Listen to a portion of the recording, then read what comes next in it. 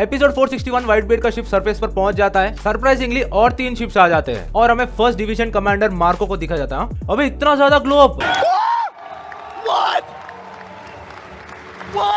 और बाकी के 14 डिवीजन कमांडर्स को भी दिखाया जाता है। हल्के से स्टार्ट होता है पैरों के और उसके वेपन के आवाज का, और व्हाइट बीयर्ड चलते हुए आता है, वो उसका ऑरा ही अलग है। And this panel was so good. White beard Sengoku से कहता है कि भाई बहुत दिनों के बाद मिले, हम बहुत सारे बातें करने हैं तुझसे कि तू कहीं मेरे बेटे को तो नहीं मार रहा है। और व्हाइट बीयर्ड का लव अलग ही फील होता है। लूफी और बाकी के crew members gates of justice के इस पार आ जाते हैं। इवोंको कहता है कि तुम्हारे डैड कभी भी अपीयर हो सकते हैं, चुपचाप बैठकर तुम्हारे पिताजी तमाशा नहीं देखते। लूफी यहाँ पर समझाता है कि एस और मैं यहाँ पे दोनों सगे भाई नहीं है। ये बात सच है कि मैं ड्रैगन का बेटा हूँ, लेकिन एस गोल्ड रॉजर का बेटा है। इसको सुनने के बाद वापस से बावले हो जाते हैं। एस अपने पिताजी व्हाइट बीयर्ड को पुकारता है और व्हाइट बीयर्ड अपना मुंह करता है। और वो सिचुएशन इतना ज्यादा टेंस था कि सडनली व्हाइट बीयर्ड अपने हाथों से एयर को क्रैक करता है, जिससे आसपास के पानी के लहरें उठने लगते हैं। बहुत ही बढ़िया नजारे हैं। और एस के पास्ट को दिखाया जाता है, जहाँ पर वो अपना जर्नी स्टार्ट कर रहा है। अपना एक पायरेट का क्रू बनाता है। उस पायरेट क्रू का नाम है स्पेड पायरेट्स। धीरे धीरे अपना नाम बना रहा है। गार्ड भी बहुत ज्यादा गुस्सा हो जाता है उस पर। उस टाइम पर व्हाइट बीयर्ड भी एस के न्यूज के बारे में सुनता है कि उसको वॉरलॉर्ड बनने का ऑफर आया था, लेकिन उसने रिजेक्ट कर दिया था। बर्फीले पहाड़ पर एस और उनके क्रू जा रहे हैं शैंक्स से मिलने के लिए, और एस थैंक यू कहता है शैंक्स को कि उसने लूफी को बचाया। शैंक्स ये बात सुनकर शॉक हो जाता है और एक बैंक्वेट के लिए उन्हें वेलकम करता है। एस अपना मोटिव बताता है कि वो किंग ऑफ द पायरेट्स बनेगा और वो world strongest man white beard को डिफीट करेगा। एस यहाँ पर जिम्बे से भी मिलता है। 5 दिन तक इन लोगों का फाइट चलता है। पहला जिम्बे नॉक होता है, उसके बाद एस नॉक हो जाता है और सडनली व्हाइट बीयर्ड अपीयर होता है। एस से फाइट करने के लिए आता है और एस कुछ नहीं कर पाता है। व्हाइट बीयर्ड कहता है कि मैं तुझे नहीं मार डालूंगा, तू बहुत ही ज्यादा कीमती है, हमारे साथ ट्रैवल कर, हमारे फैमिली का हिस्सा बन, मैं तुम्हें अपना बेटा बनाऊंगा। लेकिन ये एस को मंजूर नहीं है। अगले दिन एस व्हाइट बीयर्ड के शिप पर जागता है। व्हाइट बीयर्ड पायरेट्स का 4th कमांडर थैच से मिलता है और कहता है कि तू अगर हमको ज्वाइन करता है तो मैं तुम्हारा बहुत ही अच्छा फ्रेंड बनूंगा। एस बहुत ही ज्यादा फ्रस्ट्रेटेड में रहता है। थैच बताता है कि तुम्हारा पूरा क्रू इस शिप पर है। व्हाइट बीयर्ड सोया हुआ रहता है और एस उसे मार डालने के लिए आता है, लेकिन कुछ नहीं कर पाता है। पीछे से भी वार करता है, लेकिन कुछ नहीं कर पाता है। 100 से भी ज्यादा बार ट्राई करता है, लेकिन कुछ नहीं कर पाता है। एक दिन मार्को उसके लिए खाना लेकर आता है। एस मार्को से पूछता है कि तुम सब लोग पॉप्स करके क्यों बुलाते हो। मार्को जवाब में कहता है कि हमारा कोई फैमिली नहीं है, दुनिया के सारे लोग हमसे नफरत करते हैं और हमें बहुत अच्छा लगता है, इसलिए हम उन्हें पॉप्स बुलाते हैं। आखिरकार S white beard crew join कर लेता है। 2nd डिवीजन कमांडर बनने के लिए भी कहते हैं। एस व्हाइट बीयर्ड से बात करने जाता है। व्हाइट बीयर्ड हैरान है कि एस गोल्ड रॉजर का बेटा है और एस अपने पापा को सीरियसली नहीं लेता है। एस कहता है कि मैं तुम्हारे दुश्मन का बेटा हूँ, तो तू मुझे यहाँ से बाहर नहीं निकालेगा क्या। व्हाइट बीयर्ड कहता है कि मुझे फर्क नहीं पड़ता तो तू कहाँ से आता है, हम सभी लोग इस समुद्र के बच्चे हैं। और एस 2nd डिवीजन कमांडर बन जाता है। दुनिया में सभी को पता चल जाता है। एनिमी से फाइट करने जाते तो उन्हें बीच में डेविल फ्रूट भी मिलता है और टीच बहुत ज्यादा क्यूरियस था उस डेविल फ्रूट के लिए, और एक दिन रात को थैच को मार देता है टीच। एस बहुत ज्यादा रेज में रहता है। व्हाइट बीयर्ड को भी बहुत ज्यादा बैड फीलिंग आता है, लेकिन एस नहीं रुकता है, वो उसे ढूंढने के लिए जाता है। एस सभी से कहता है कि ये सिर्फ मेरी गलती थी, तुम लोग यहाँ पर क्यों आए हो। लेकिन व्हाइट बीयर्ड कहता है कि गलती मेरा था, जिसके वजह से तू आज यहाँ पर है। Episode ends. सब्सक्राइब।